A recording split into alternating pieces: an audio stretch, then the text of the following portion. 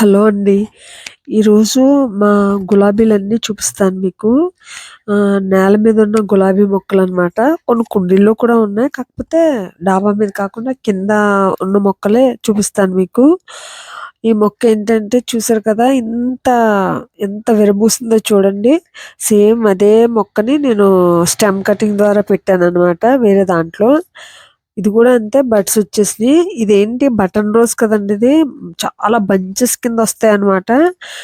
ఇవన్నీ కూడా నేల మీద మన కుండీలో ఎలా పెంచుతామో నేల మీద కూడా మేము అలాగే పెంచుతాం అనమాట. ఇవి నాటు గులాబీ ఇవి అయితే కుండీలో కంటే కూడా నేల మీద వేస్తే ఇంకా పెద్ద పెద్ద పూలు వస్తాయి.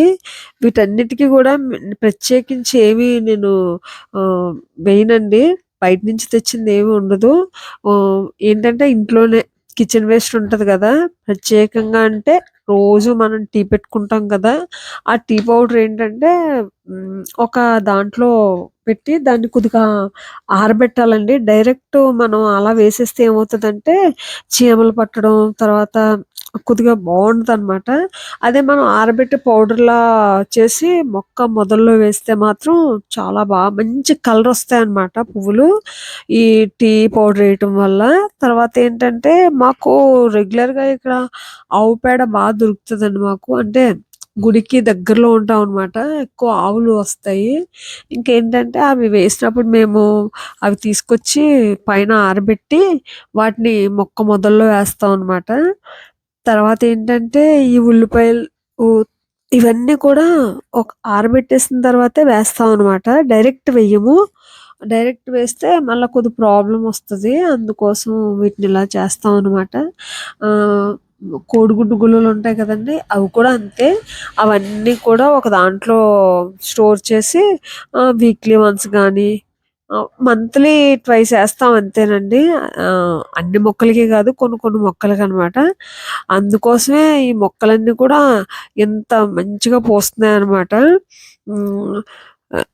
ఇవేంటంటే పెద్ద పెద్ద పూలొస్తాయి. ఇవన్నీ వేయడం వల్ల ఏంటంటే ఎగ్ షెల్స్ తర్వాత ఇవన్నీ వేయడం వల్ల ఏంటంటే పువ్వులు చాలా పెద్దగా పూస్తాయన్నమాటండి.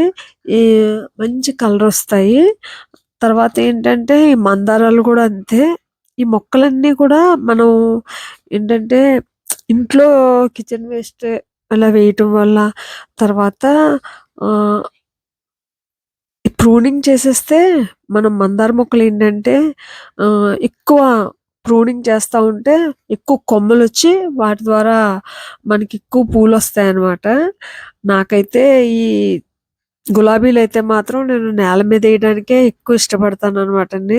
ఎందుకంటే పూస్తాయి నేల మీదేస్తే.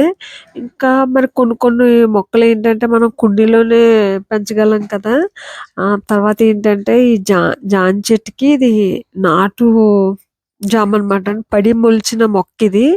అందుకోసమే ఈ మొక్క చాలా ఎక్కువ కాయలు కాస్తుందనమాట.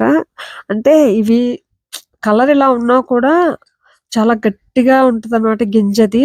నాటు జామ అనమాటండి ఇది. చాలా స్వీట్‌గా ఉంటది. స్వీట్‌గా ఉన్నా లేకపోయినా గూడా మన ఇంట్లో ఉన్నది కాబట్టి అది చాలా బావుంటదనమాట జాంకాయలు. ఇవేంటంటే పడి మొలిచింది ప్రత్యేకంగా దీన్నేమి పెంచలేదనమాటండి. తర్వాతేంటంటే ఈ వంకాయ మొక్కలు ఇవన్నీ కూడా నేను మామూలుగానే రెగ్యులర్‌గా పెంచుతాను వీటిని. వీటి మీదయితే నాకెక్కువ శ్రద్ధుండదు గానీ, నాకు ఓన్లీ ఏంటంటే ఈ గులాబీలు వీటి మీదే ఉంటది. వెజిటబుల్ మొక్కలు ఏద్దాం అనుకుంటాను గానీ, వాటికి ఎక్కువ కేరింగ్ ఉండాలనమాటండి. అంత టైం మనం పెట్టలేం కదా!